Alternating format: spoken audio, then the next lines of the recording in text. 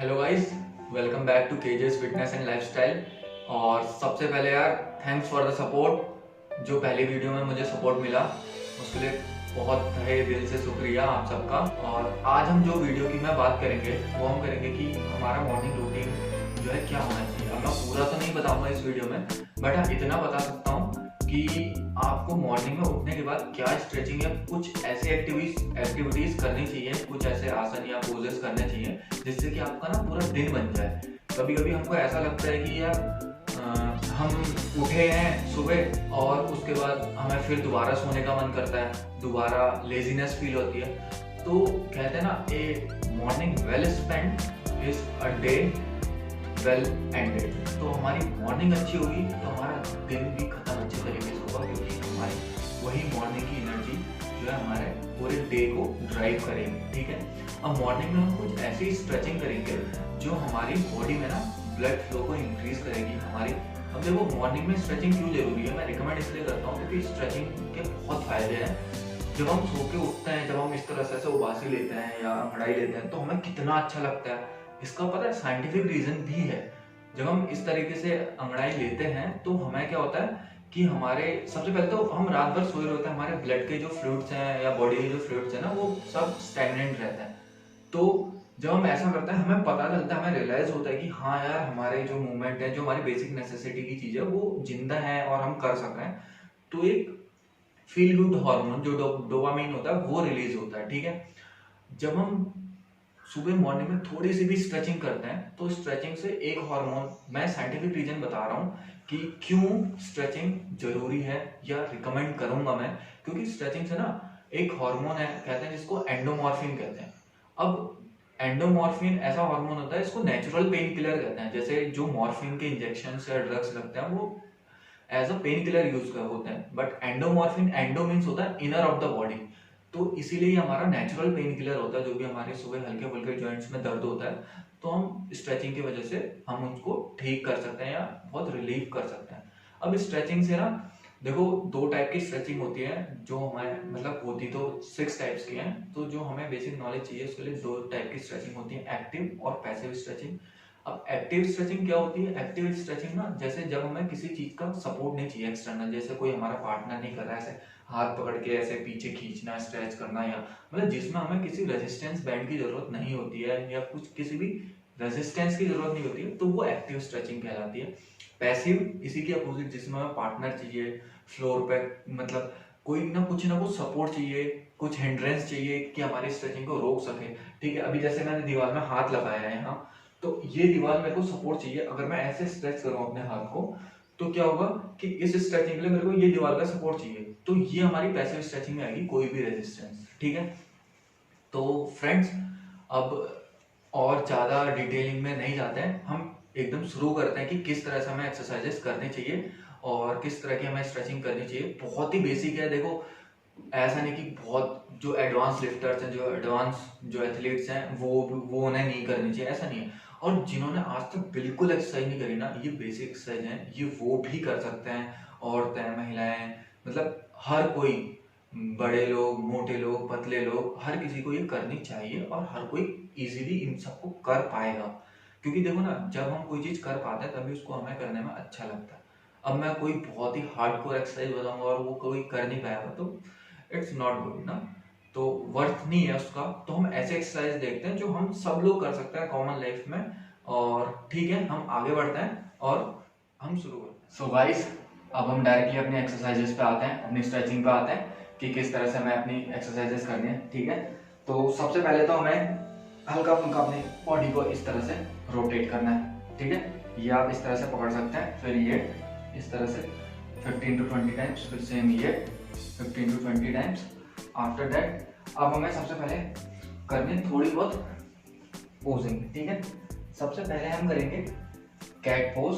ठीक है, cat pose होती है, ये आपने शोल्डर पे चपाट हाथ रखा, ठीक है, इस तरह से बैंड हो। उसके बाद आप अपने कोर को टाइट करेंगे और बैक को इस तरह से रोल करेंगे ये, और ब्रेथ आउट करनी है, सांस बाहर छोड़नी है। ये जो आपकी गर्दन है ये अंदर यहाँ तक इन हो जाएगी ये, और ये फिर होती है हमारी काउ पोज। और ये कैट पोज। ठीक है, देखिए कमर का मूवमेंट देखिए। और कैट पोज में जो ध्यान रखने की चीज है वो है कि अपने कोर को टाइट करना है इस तरह से। ठीक है, अब इसी में ही ये हम 15 to 20 टाइम्स इस तरह से रिपीट करेंगे। देखना शोल्डर ब्लेड्स ऐसे रिट्रैक्ट होंगी, तो ये शोल्डर्स हैं पूरे रिट्रैक्ट होंगे। देखो इस तरह से मत करना, ये देखो ये शोल्डर है। अभी अब देखना ये नहीं, ये करना है। देखो ये छोटी सी गलती है, ये कोई नहीं बताएगा, पर ध्यान रखना ये सिर्फ इतना मत करना, ये इस तरह से मैं पुश भी करना है। ठीक है, इसके बाद में हम ये नेक्स्ट पोज करेंगे, ये हैप्पी पपी पोज। ये इस तरह से करते हैं। ठीक है, ये ऐसे कर सकते हैं आप।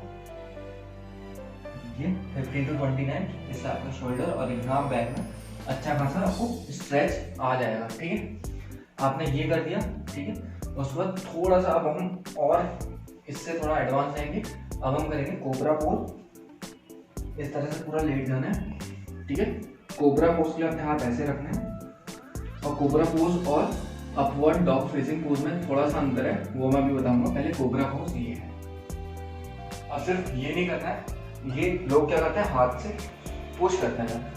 पुश के साथ आपको ये ध्यान देना है कि आपकी चेस्ट को कोई आगे खींच रहा है, हमें चेस्ट को आगे पुश करनी है, जिस वजह से आपकी ये बैक में आपको स्ट्रेच आएगा। ठीक है, देखते हैं ये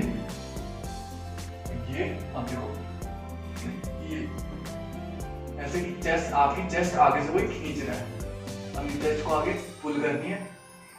ठीक है, ये पुल किया, ये होता हमारा कोबरा पोज। अब हम इसी में कोबरा पोज में हमने देखा कि हमारी बॉडी इतनी लिफ्ट थी, हमारी ये लिम्ब से ऊपर की बॉडी।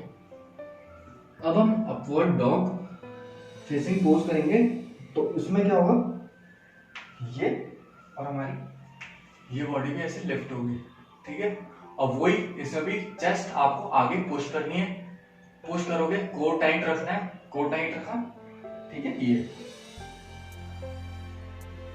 फिर से दोबारा हैप्पी पपी पोज ये किया हमने। उसके बाद देखो ये आप अपने हिसाब से 15 to 20 टाइम्स खुद रिपीट कर सकते हो, जितनी आपकी कैपेसिटी है। अभी हमने लोअर बैक की एक्सरसाइजेस करी, तो हम थोड़ी सी कोर के ऊपर ध्यान देंगे। अभी देखो जब हम भी सोते हैं तो इस तरह से लेटते हैं, और हमारे यहाँ बैक में इस तरह से, लोअर बैक में इस तरह से गैप आता है, ये गैप हमारा आता है। ठीक है, हमें इस गैप को फिल करना है, इसको नीचे पुश करना है ऐसे पूरे फ्लोर में टच होगी, तो हमारा कोर ऑटोमेटिकली टाइट होगा। ये लेग्स लिफ्ट करने, लेग्स लिफ्ट किए, और ये जो नॉर्मल है, जो इतना कर पाते हैं ठीक है, जो थोड़ा सा एडवांस है अपने हाथ को इस तरह से पीछे कराए और सांस लेते रहेंगे। देखो जब हम इस पोजीशन में होंगे तो कोशिश करना कि आप सांस लेते रहो। आप सांस लेते रहोगे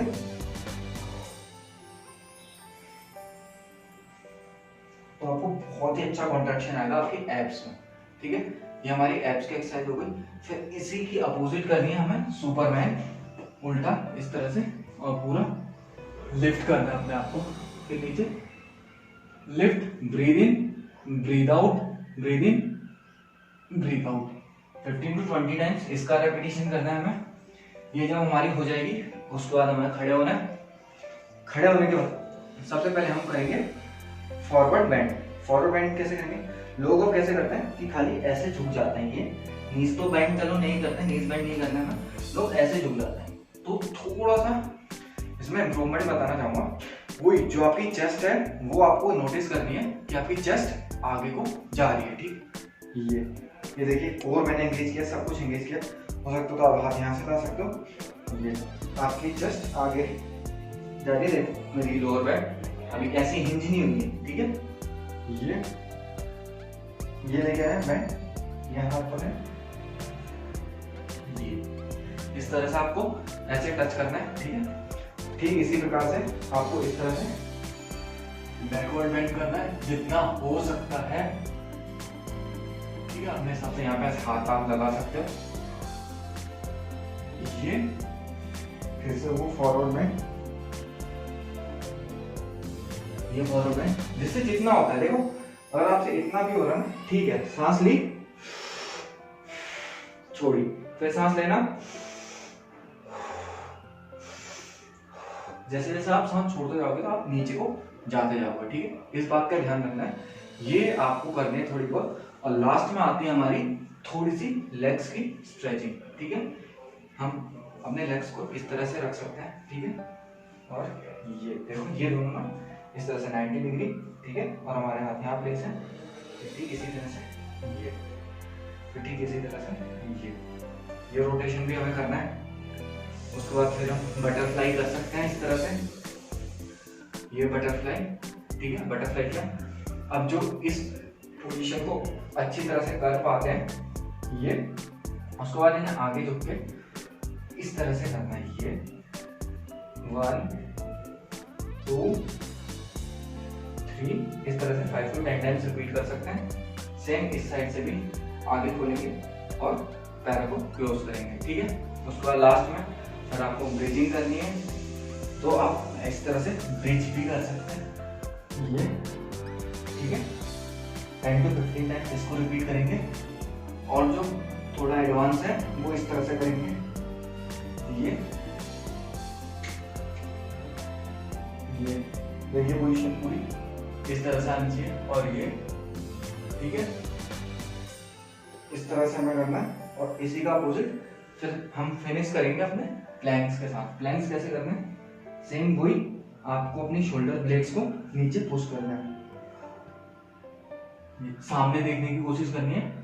और 15 to 10 सेकेंड्स और 20 सेकेंड्स जितना आपसे होता है उतना करना है, जिससे 1 मिनट होता है। So friends, this was our morning stretching routine. I hope कि आप लोगों को अच्छा लगा होगा, आप लोगों को समझ में आया होगा। And thanks for your support. Please do like, share and subscribe to KJ's fitness and lifestyle. Come here and ask your queries in the comment box. I will definitely reply all the queries which you will ask. और हाँ, मुझे अपनी feedback जरूर देना कि आपको कैसा लगा ये वर्कआउट रूटीन करते हुए। एक तरह से ये मॉर्निंग की स्ट्रेचिंग एक्सरसाइज है। सो प्लीज़ मुझे बताना, आप 1 हफ्ते फॉलो करो, उसके बाद मुझे बताना कि आपका मॉर्निंग रूटीन में, आपके पूरे डे में क्या चेंजेस आए हैं। So thanks guys, like, share and subscribe. Thank you, bye.